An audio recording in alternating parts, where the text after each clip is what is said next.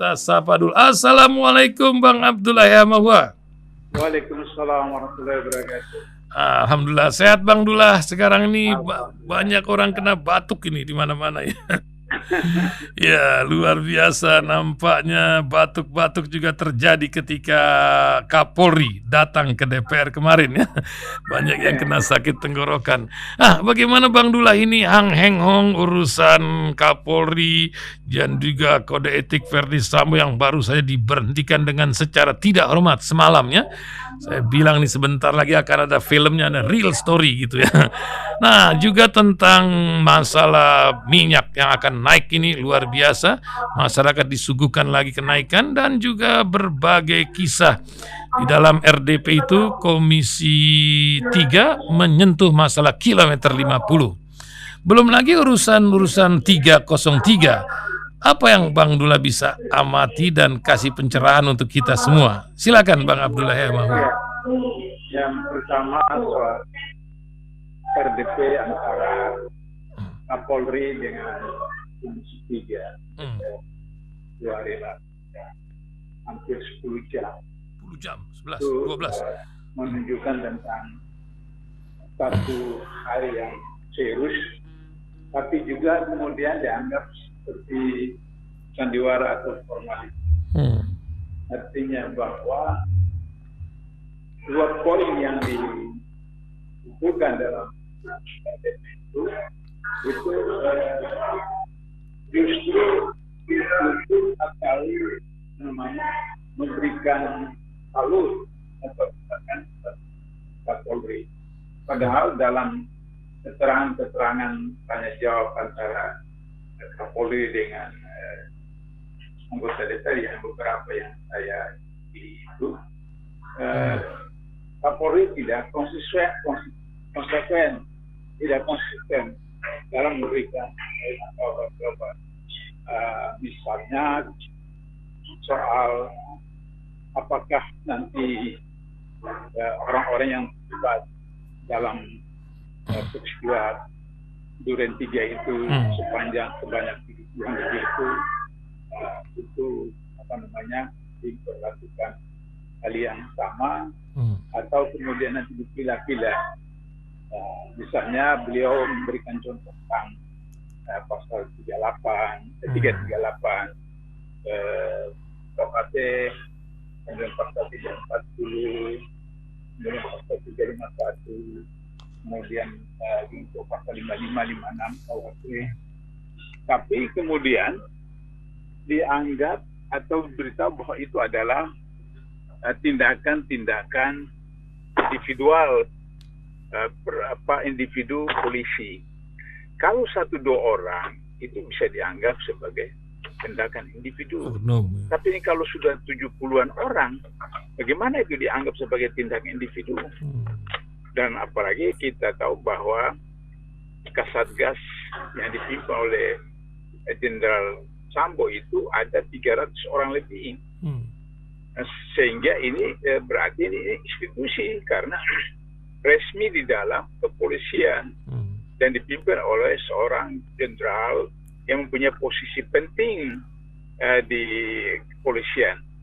Nah, itu yang saya anggap bahwa tidak konsisten Kapolri dalam menjawab pertanyaan-pertanyaan dari anggota DPR. Jadi kalau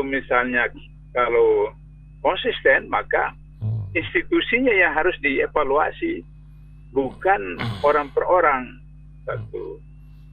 Yang kedua, saya lihat ketika ada anggota dia mempertanyakan persoalan kilometer 50, dengan santai saja tanpa ada rasa berdosa, Kapolri mengatakan ya kalau ada novum itu maksudnya ada temuan baru, itu bisa dibuka lagi karena sudah dilakukan pengadilan dan putusan pengadilan sudah berlangsung.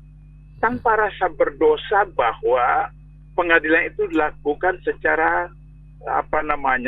misterius. Orang yang dituduh sebagai membunuh 6 orang itu tidak ditahan, tidak diberhentikan, kemudian bebas sama sekali seperti itu. Jadi tidak ada rasa berdosa sama sekali. Saya lihat wajahnya Kapolri ketika menjelaskan soal kilometer 50 itu bahkan dengan seakan-akan bangga mengatakan bahwa sudah ada putusan pengadilan bahwa kejaksaan sekarang naik banding. Kita lihat saja kalau ada novum atau temuan baru bisa diproses lagi. Nah, ini yang jadi masalah buat saya bahwa Kapolri seakan-akan mau mencoba memisahkan antara apa yang dilakukan oleh Sambo dengan apa yang merupakan kebijakan institusi. Kalau misalnya itu yang dilakukan oleh Sambo adalah individu atau kelompok, maka itu tidak berada di dalam satu institusi Polri yang itu sampai ke tingkat bawah, sampai ke tingkat polsek seperti itu, satgas itu. Dan itu dibentuk oleh Jenderal Tito waktu pertama kali sebagai Kapolri, dan Kapolri itu atau Polri, institusi Polri itu di bawah Presiden. Jadi inilah yang saya katakan bahwa apakah berani seorang Kapolri melakukan sesuatu kebijakan yang begitu luar biasa tanpa sepengetahuan Presiden seperti itu. Nah, saya khawatir Sambo hanya akan digunakan sebagai kambing hitam untuk dikorbankan supaya kemudian menyelamatkan institusi Polri itu. Karena itu saya ketika beberapa hari lalu ditanya sama wartawan, saya katakan saya sebagai mantan KPK belajar dari KPK Hong Kong.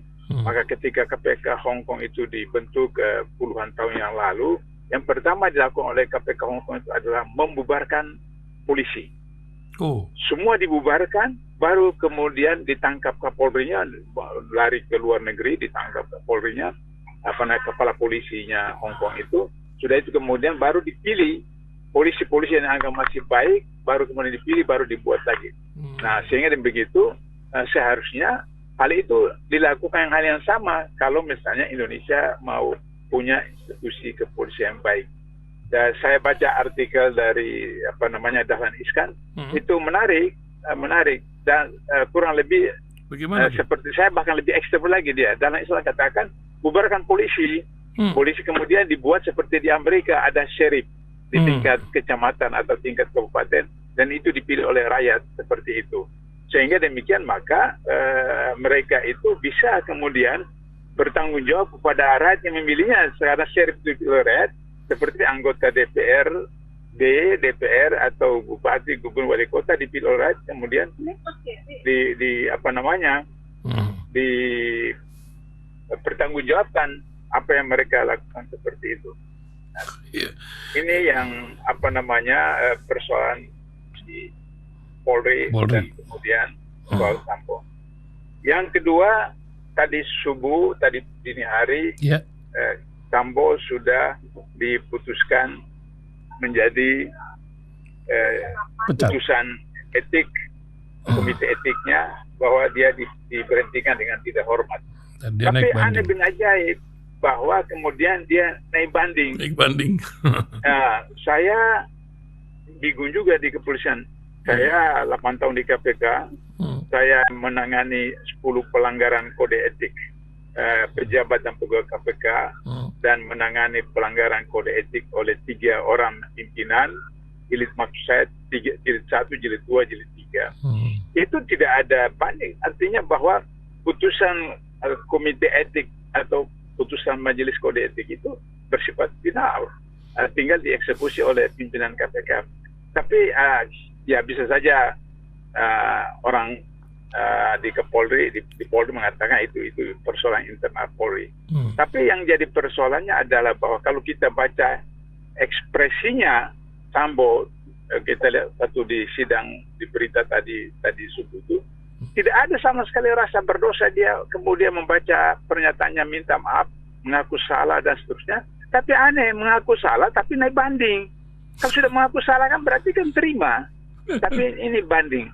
Problemnya adalah bahwa kenapa dia banding? Kalau dia banding itu berarti kan kemudian terjadi putusan yang mengubah keputusan pertama, yaitu tidak dipecat dengan tidak hormat. Nah, berarti kemudian dipecat dengan hormat. Nah, kalau dipecat dengan hormat, berarti kesalahannya sama aja dengan kesalahan-kesalahan biasa. apa namanya yang dilakukan oleh PNS yang lain atau polisi yang lain seperti itu. Ini yang aneh. Tapi kemudian ada satu kejanggalan bagi saya yang sedikit mengerti hukum. Dalam soal pelanggaran etik dan pidana, yang tertinggi itu pidana. Jadi kalau misalnya kalau sudah pidana, maka tidak perlu ada apa namanya sidang etik, karena pidana itu yang tertinggi. Jadi kalau misalnya pidana yang tertinggi, sementara dia sudah mengaku dan saksi-saksi sudah ada bahwa dia membunuh sebagai apa namanya konseptor dalam pembunuhan dengan perencanaan, yaitu 340 KUHP, berarti dia pasti bersalah. Kalau dia bersalah, pasti kemudian dipecat dari kepolisian. Jadi tidak perlu ada apa namanya sidang etik, kecuali kesalahannya itu tidak fatal sehingga kemudian bisa saja dia dibebaskan di pengadilan, maka kemudian baru diberlakukan sidang etik. Karena etik itu di bawah pidana. Tapi saya tidak tahu apa background alasan Polri untuk kemudian pagi-pagi sekali lakukan sidang etik, sementara apa namanya pidana belum melaksanakan. Itu persoalan yang kedua. Persoalan ketiga yang sekarang ramai ini adalah bahwa kenaikan BBM. Saya ini karena sarjana elektro, pendekatan saya itu sangat saintifik, artinya eksakt gitu. Maksud saya begini, kalau sebagai orang elektro, kalau lampu mati, maka yang pertama itu diperiksa sekring. Kalau sekringnya jatuh, maka dinaikkan sekring ke atas, maka selesai. Kalau ternyata sekring tidak jatuh, berarti diperiksa bola lampunya. Mungkin bola lampunya putus. Kalau bola lampunya putus, diganti bola lampunya. Tapi kalau bola lampunya tidak putus, berarti bukan bola lampu, berarti kabelnya. Jadi sistematika berpikir sejak saya masih SMA itu sudah seperti demikian. Nah, jadi karena itu maka mereka lupa bahwa salah satu yang menggerakkan kehidupan di dunia modern ini bukan pada zaman dulu, itu adalah bahan bakar. Hampir tidak ada manusia dunia hari ini yang tidak menggunakan bahan bakar.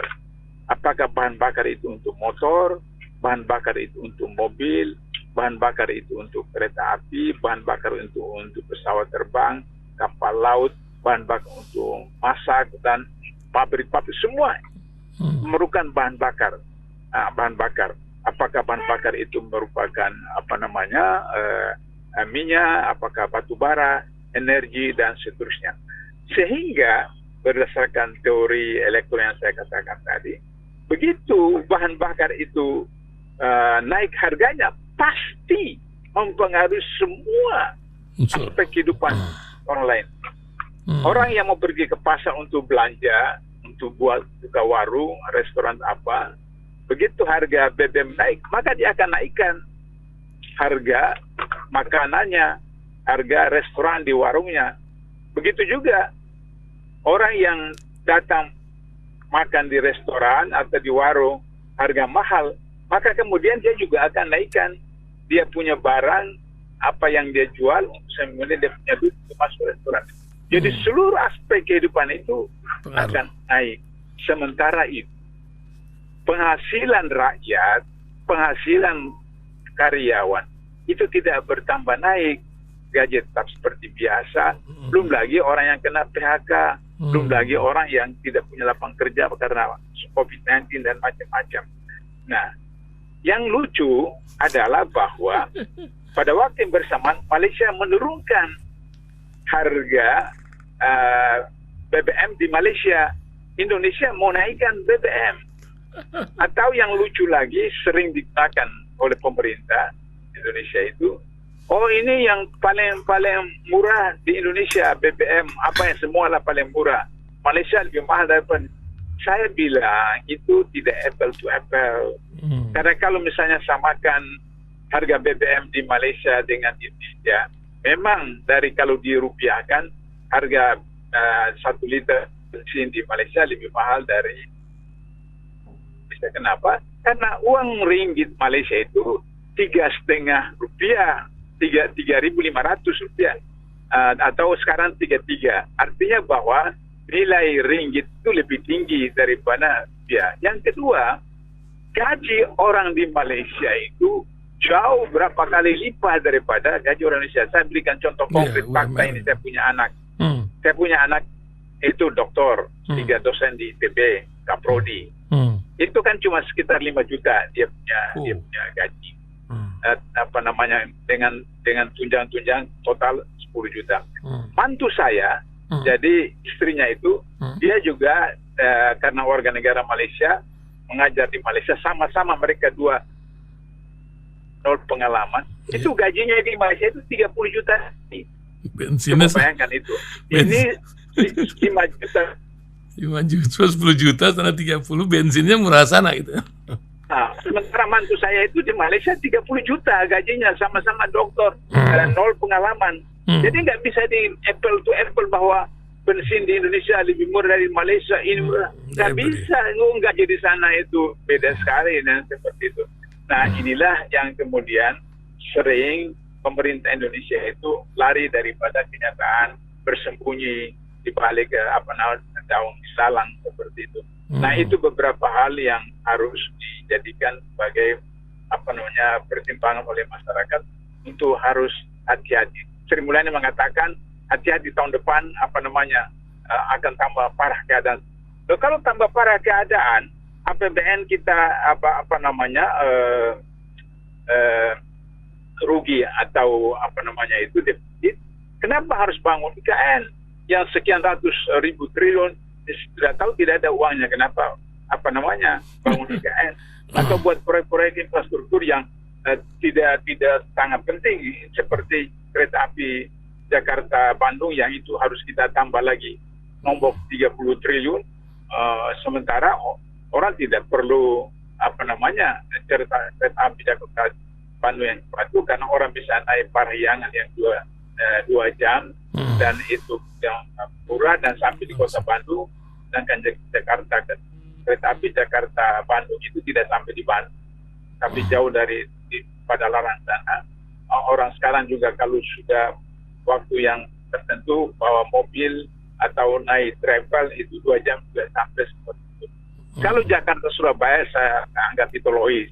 Jakarta Surabaya Lois lah tetapi cepat karena perjalanan dan jarak jauh. Tapi kalau Jakarta Bandung yang katakanlah 45 menit perjalanan dari Jakarta ke Padalarang. Tapi untuk datang ke Kemayoran itu berapa jauh, kemudian antrinya dan seterusnya seperti itu. Dan harganya berapa? Nah, inilah yang kebijakan yang mengakibatkan akhirnya kemudian rakyat juga yang korban. Barangkali itu catatan saya. Terima kasih Ustadz Bang Dullah. Hamba pagi hari ini telah mewarnai bagian dari wacana kita. Entahlah bagaimana, apakah kita mengikuti Hong Kong atau sebuah reformasi baru, tinggal saatnya kita terus berdoa untuk baiknya negeri kita ini. Terima kasih Bang Dullah. Assalamualaikum Bang Dullah ya Mahua.